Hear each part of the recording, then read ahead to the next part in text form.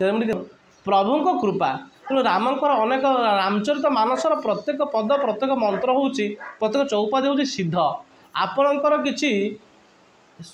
शत्रुता वृद्धि होउछि आपण एई दोहाटी जप करंतु गरल सुधारिपु करही मिताई गोपद सिंधु अनल शीतलाई गरल सुधारिपु करही मिताई गोपद सिंधु अनल शीतलाई आपणकर स्मरण शक्ति हानि हो नहीं हानि हो जाउछि मंत्र जप करंतु पवन तनय बल पवन समाना बुद्धि विवेक विज्ञान निधाना पवन तनय बल पवन समाना बुद्धि विवेक विज्ञान निधाना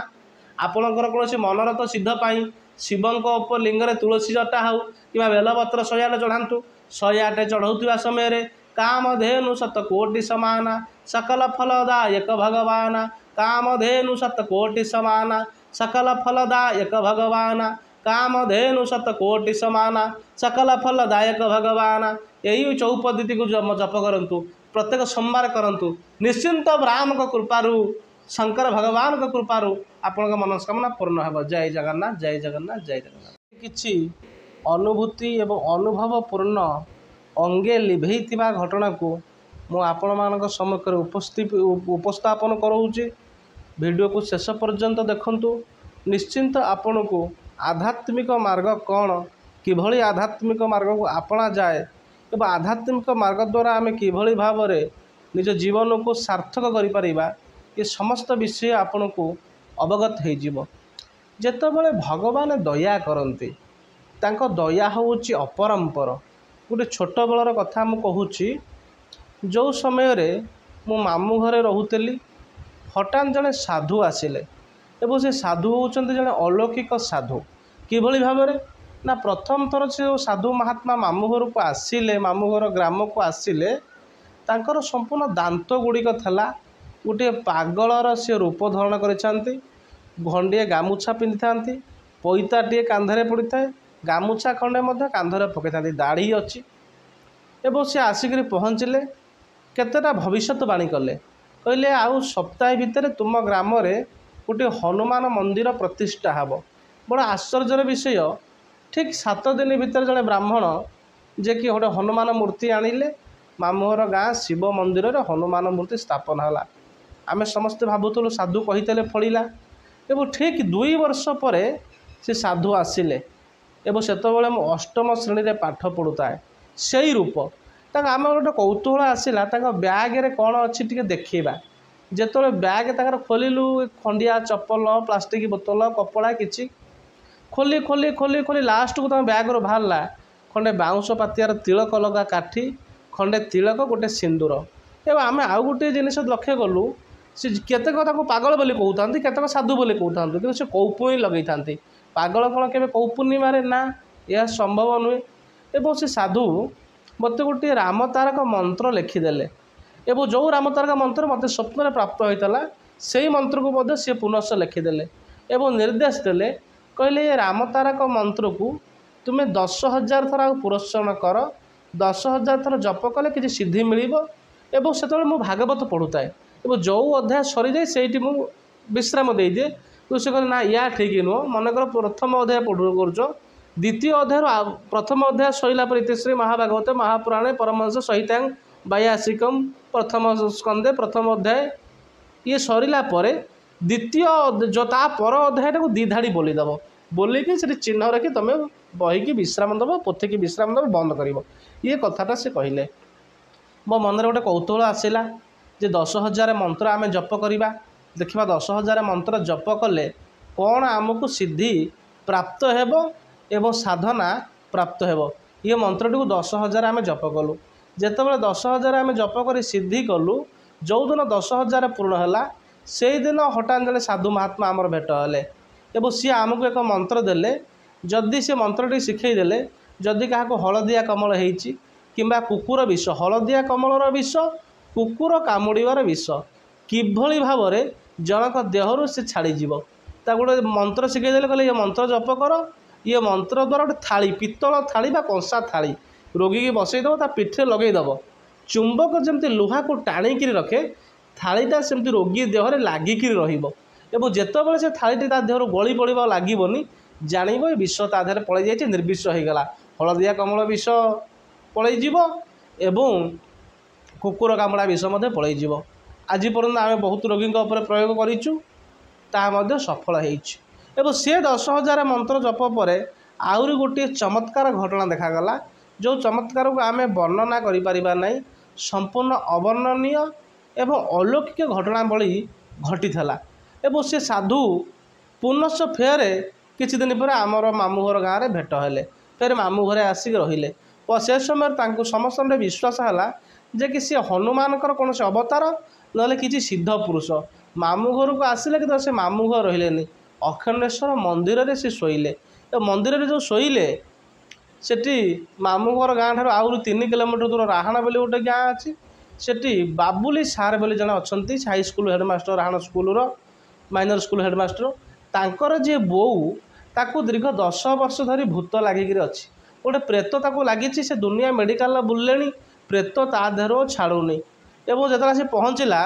ସେ ସାଧୁ ପହଞ୍ଚୁଙ୍କ ପାଖରେ ପହଞ୍ଚିଲେ, ସେ ଏମିତି ନିଜର ହାତଟାକୁ ଆଇଲେ, ଏମିତି ହାତଟା ବୁଲାଉଛନ୍ତି, ରୋଗୀ ସାଡ଼େ ସାପ ଯେମିତି ଭିଡ଼ି ମୋଡ଼ି ହୁଏ, ସେ ରୋଗୀ ସେମିତି ଭିଡ଼ି ଭିଡ଼ି ହେଉଛି। ଏମିତି ହାତ କରି ଏମିତି ଫୋପାଡ଼ି ଦେଲେ,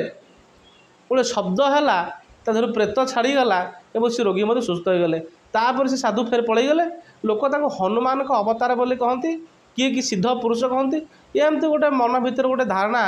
ଘଟଣା ଭଳି ଥାଏ। ତାଙ୍କ ଦ୍ୱାରା ଆମେ ବହୁତ କିଛି ଉପଲବ୍ଧି ଅନୁଭବ କଲୁ। ଏବଂ ସେ ଯେଉଁ ମୋତେ କହିଥିଲେ ଯେ ଆଉ 10,000 ମନ୍ତ୍ର ଜପ କର, ସିଏ 10,000 ମନ୍ତ୍ର ଜପ କଲା ପରେ ମୋ ଜୀବନରେ ଅନେକ ପରିବର୍ତ୍ତନ ଆସିଲା। ଏବଂ ସେ 10,000 ମନ୍ତ୍ର ଜପର ଏତେ ପ୍ରଭାବ ରହିଛି, ଏତେ ଶକ୍ତି ରହିଛି, ଯାହାକୁ କି ଆମେ ବର୍ଣ୍ଣନା କରିପାରିବା ନାହିଁ। ଆଜି ବାଗେଶ୍ୱର ଧାମରେ ହନୁମାନଜୀଙ୍କର ଚମତ୍କାର ଅଛି। ଲୋକଙ୍କ ଅନ୍ତର କଥା ଜାଣିପାରୁଛନ୍ତି, ଭୂତ ଭବିଷ୍ୟତ କଥା ଜାଣିପାରୁଛନ୍ତି, ବର୍ତ୍ତମାନ କଥା କହିଦେଇ ପାରୁଛନ୍ତି, ତାଙ୍କ ବଚନ ମଧ୍ୟ ଫଳୁଛି। ସିଏ ମଧ୍ୟ ହନୁମାନଙ୍କ କୃପା ପ୍ରାପ୍ତ। ଏବଂ ହନୁମାନଙ୍କ କୃପା ଯଦି ନ ହୁଏ, ଆମେ ସେ ଜିନିଷକୁ ଉପଲବ୍ଧି କରିପାରିବା ନାହିଁ, ଅନୁଭବ କରିପାରିବା ନାହିଁ। ଆହୁରି ଗୋଟେ ଉପଲବ୍ଧି କଥା ମୁଁ କହୁଛି, ଆପଣଙ୍କୁ ମଧ୍ୟ ଭିଡ଼ିଓରେ ଠିକଣା ଦେବି, ପ୍ରମାଣ ଦେବି। କଟକ ଝାଞ୍ଜିରିମଙ୍ଗଳା ଭଗତପୁର ଲାଗିଛି। ଏବଂ ଝାଞ୍ଜିରିମଙ୍ଗଳା ଯେଉଁ ଭଗତପୁର କଟକରେ ଅଛି, ଝାଞ୍ଜିରିମଙ୍ଗଳା ଭଗତପୁର, ସେଠି ଜଣେ ଆମକୁ ଭାଇ କରିଥିଲେ, ଭାଇ ଭଉଣୀ ସମ୍ପର୍କ। ଏବଂ ସେ ସାହିର, ଭଗତପୁର ସାହିର ପୁରୁଣା ପ୍ରେସିଡେଣ୍ଟ, ତାଙ୍କ ନାଁ ହେଉଛି ଆଦିତ୍ୟ ବାଗସିଂ। ତାଙ୍କର ଦେହ ଗୋଟେ ଖରାପ ଥାଏ। ଆମେ ଆଉ ଜଣେ ଶାନ୍ତ ବି ଗଲେ, ଆମେ ଗୋଟେ କଳସ ବସେଇଲୁ, ଘରଟି କବାଟ ଦିଆହେଲା, ହନୁମାନ ଚାଳିଶା ପାଠ କଲୁ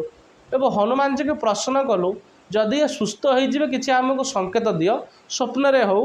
କି ଫୁଲ ଖସିବା ହେଉ, କୌଣସି ଗୋଟେ ସଂକେତ ଦିଅ ପ୍ରଭୁ। ପ୍ରଭୁ ତ ଆମକୁ ଆଉ ଏ ଅଧମକୁ ପ୍ରତ୍ୟକ୍ଷ ଦର୍ଶନ ଦେଇପାରିବନି, ଆମକୁ ସ୍ୱପ୍ନରେ ଦର୍ଶନ ଦିଅ। ଆମେ ତାଙ୍କର ସପରିବାର ବସିଲୁ, ରାମ ତାରକା ମନ୍ତ୍ର ଜପ କରୁଛୁ, ଘର କବାଟ ଦିଆହେଇଛି। ହଠାତ୍ ସେ ଯେଉଁ ଏତେ ବଡ଼ ଗୋଟେ ପିତ୍ତଳ ଗରାରେ କଳସ ପଡ଼ିଥିଲା, ସେ ଗରାଟା ଏମିତି ଉପରକୁ ଉଠିଗଲା, ତଳେ ଧୁମ୍ କିନା ପଡ଼ିଛି। ଆଉ ଗୋଟେ ପିତ୍ତଳ ଥାଳି ଥୁଆ ଅଛି, ଭୋଗ ଅଛି, ସେ ପିତ୍ତଳ ଥାଳି ଉପରେ କଚାଡ଼ି ହେଇ ପଡ଼ିଲା, ମନକୁ ମନ କଳସ। ସେ ଥାଳି ବଙ୍କା ହେଇଛି, ଏବେ ମଧ୍ୟ ସେ ମାଝି ସିଧା କରିଛନ୍ତି। ଏବେ 2 ମାସ ତଳେ କହୁଥିଲେ ଥାଳି ନାହିଁ ବାବା, ଥାଳି ଏମିତି ଆହୁରି କିଛି ପରିମାଣରେ ଥାଳି ବଙ୍କା ଅଛି। ଏବଂ ସେ ଆଜି ପର୍ଯ୍ୟନ୍ତ ସୁସ୍ଥ ମଧ୍ୟ ଅଛନ୍ତି, ବଞ୍ଚିକିରି ଅଛନ୍ତି, ସୁସ୍ଥ ଜୀବନଯାପନ କରୁଛନ୍ତି। କଟକ ଭଗତପୁର ତାଙ୍କ ଘର, ମୁଁ ତ ଠିକଣା କହିଦେଲି।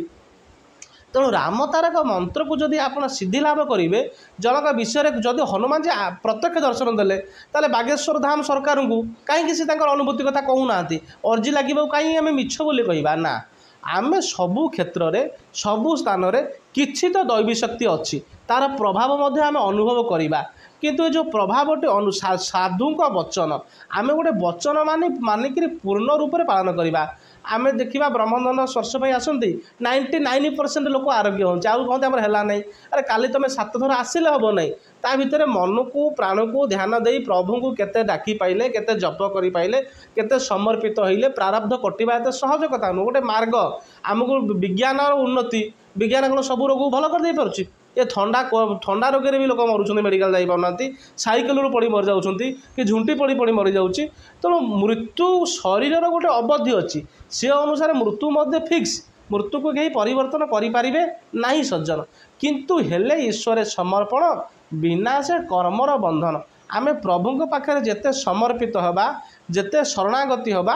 ଆମେ ପ୍ରଭୁଙ୍କର କୃପାକୁ ସେତେ ଶୀଘ୍ର ପ୍ରାପ୍ତ କରିପାରିବା। ଏବଂ ଆହୁରି ଗୋଟିଏ କଥାକୁ ଆମେ ଯଦି ଉପଲବ୍ଧି କରିବା, ମନ୍ତ୍ର ଶକ୍ତି କ'ଣ, ଗୁରୁଙ୍କର ଶକ୍ତି କ'ଣ, ଏସବୁ ଘଟଣାକୁ ଆମେ ଅନୁଭବ କରିପାରିବା, ବିଚାରକୁ ନେଇପାରିବା, प्रभु को कृपा भितर बहुत घटना अच्छी। आउ गोटे कथा मु कहूँ जड़े लोक अच्छा ना हूँ कैवल्य बोली घर बालिकुदा ब्लॉक बरमंडली पंचायत एवं से बरमंडली पंचायतर तांकर घर को आमे गलु जाइकिरी हनुमान चालीसा मु पाठ कली 21 थर राम तारक मंत्र 108 जप करूँ गोटे गुआ बसिक आसलु स्त्री का देह खराब बहुत एवं से ही दिन ता 2 दिन पर घर उपर घड़घड़ी पड़ा आश्चर्य कथा किसी क्षति होनी घरटी जलीगला ता माने एथुर कथा हूँ कौन जे कि राम तारक मंत्र जप प्रभाव में बड़ विपद गोटे पंडित कही ता पूर्व से माँ सारला बेला करते अन्यान्य प्रतिकार करते रामचरित मानस बतईले आउ जड़े सन्थ ना मोर मन पड़े से कहते घरे से रामचरित मानस से बही थुआई किंतु बड़ विपदटा छोट विपद टलीगला ये हूँ गोटे कथा एवं आहरी गोटे प्रत्यक्ष प्रमाण ये भिडियो माध्यम आपण मान निकट में कहूँ आज किसी अनुभूति अनुभवपूर्ण कथा अच्छी प्रभु किभली भाव में कृपा करती प्रभु किभली भाव में दया करती मो निजस्व अनुभूति कथा कहूँ जितेबाला बांछापट स्थान को आम आसी पहुँचलु गोटे गछ थला गछ मूले बहुत अलिया अपरिष्कार थला 3टा नंद आम बसैलु 3टा नंद भितर माटी गोड़ी देकर शनिदेव मूर्ति बसैलु हनुमान जी का फोटोटे था आपन को मुझ सत कथा कहूँ एवं आप देखुं हजार हजार लोक आउट किसी घटना हो शह शह गाड़ी मोटर लगुच पार्किंग हो जहाँ आश्रम आजबेस्ट घर खंडे जगन्नाथ छात घर खंडे शनिदेव इटा कांथर घर टी प्लास्टर हो जहाँ आज सुविधा से किसी ना दंडाटे था आप 3टा खत गदा सब खत गदा स्थान एवं आमे शनि जो निजे बाउंश को फाड़िक ताटी कर ठाकुर चारिपटे एमती ताट बांधुलु 20 टंकार 30 टकर कला रंग आनी आम ब्रश बोलाऊ ठाकुर परिस्थिति एभली भाव में परिस्थिति ठाकुर महिमा दिन को दिन विख्यात है दिन को दिन चमत्कार घटना घटला कुनिया बेले जड़े लोक ताकर चौरपुर गराम स्वप्न आसला सी आसी भोगरा कला तार आंठू गंठी भल होगा सी 5-10 लोक कहला एमती अनेक कथा एवं आपण आसले प्रमाण ने आम आश्रम सामने गोटे घर अच्छी रोहित बोली ता नड़िया गच फलु नाला राम तारक मंत्र जप गलु तुलसी पांडे देलु गछ मूल ढाली दे दीप लगे दे ठाकुर बाहर धूपटे लगे देलु से गछ फलुची प्रति वर्ष यज्ञ को से परिण दौर आमको संकल्प कर तेणु राम तारक मंत्रर प्रभाव आपण इष्टों केते भरोसा कर समर्पित होती आप कहे जड़े कहले 20 फुट खोलिले पानी बाहर आपड़ 100 फुट खोलिले पानी बाहरुनी यदि 100 जगार 100 फुट खोलिए पानी बाहरनी गोटे जगार 100 फुट खोलिबार अच्छी एक भरोसा एक बल एक आस विश्वास एक राम घन श्याम हित चातक तुलसीदास आपण को से भली विश्वास करिए पड़ो विश्वास निश्चिंत फल अच्छी ताकू केही एड़ी दे पारिबे नहीं ताकू केही केबे माने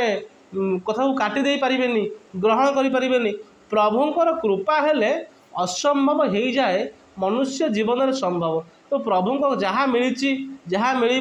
प्रभु कृपार ता मिली एवं आहरी गोटे कथा आम कहूँ जो से अष्टम श्रेणी में पढ़ला बेले आम गोटे माने किछि पिला एकाठी होकरी गाँव में आम गोटे सीडी मेसीन जो था लंबा सीडी मेसीन एवं रंगीन टीवी रे रामायण कैसेट लगेलु से एमती कथा कहूँ छोट बड़ कथा घर पिछा मैंने माने दरिद्र अवस्था भितर कथा 4-5 जन पिला एकाठी हेलु घर पिछा किछि पैसा जो पिला मान आदाय किछि 10-10 टଙ୍କା करी आमे आनिकी सीडी मेसीन आनिलु एवं से तो गाँव मानक केबुल नाला किसी जो बड़ आंटीना नाला केवल गोटे आंटीना दूरदर्शन देखा था लंबा आंटीना जो आमे सी हनुमान रामायण लगेलु गोटे लोक बहुत सोदासोदी कला एवं देखागला ता परदिन तो खरा बेले ता घर जलुची जो घरटी तार जलुची लोक मैंने अनुसंधान कले गोटे काऊ आसी बसला काऊ बसला पर घर तार निआ लगिला केते कहले माँ मैंने मंगलवार सब पूजा करती पंथई जो संजपति देती काऊ घर संजपति नहीं ता पीढ़ारे थोई देती गवेषणा रिपोर्ट एमती आसला तो जहाँ हो हनुमान जी को निंदा कला सी निआ लगी सी निजे भूल अनुताप कला और तापर ठाकुर मंदिर भोगरा कला अनुताप कला ना आम जो रामायण चलाऊलु आमको से निंदा करूला कहबार तात्पर्य हूँ यही जिनिस 4 जुग परताप तुम्हारा हनुमान होती सिद्ध 4 जुगे प्रताप अच्छी तेणु आज जो भिडियो आम प्रस्तुत कर कहूँ तेणु निश्चिंत प्रत्येक धाम ये हूँ बांछाबट धाम ये महात्मा नता आम देखु गोटी गोटी कर कैंसर रोगी एति दिन है रोगे पड़ता एति थर मेडिकल जाता उपशम पाई नाला एति थर आई उपशम पाई काली तो आम दुटा भिडियो कहीचु तो रोगी कौन कैंसर रोगी मिछ कौच जहाँ जीभ रावण खंडिया होती सी कौन भिडियो बाहर मिछ कौच रोग भल ना सी भिडियो बाहर ना किसी तो अच्छी किसी टीका टिप्पणी मत मंतव्य दबा पूर्व टे विचार करूँ अन्य पाखे अनेक त्रुटि देखा अपेक्षा निज पाखे कौन त्रुटि रहीगला ताकू विचार को नहीं जातु एवं सुधारी दिंतु ताकू सुधारी देले प्रभु को आम पाइबा। तेणु रामतारक मंत्र जपर अनेक महिमा अच्छी हरे रामकृष्ण चरणे आकृष्ट होई थिबु दिबा निशी पामर अच्युत निर्घंट बणिला न्याय कहीदेला बाची मोर अनेक अनुभूति अच्छी सो वीडियो माध्यम प्रकाश करूँ धीरे धीरे आज एतिकी। जय श्रीराम जय श्रीराम जय श्रीराम।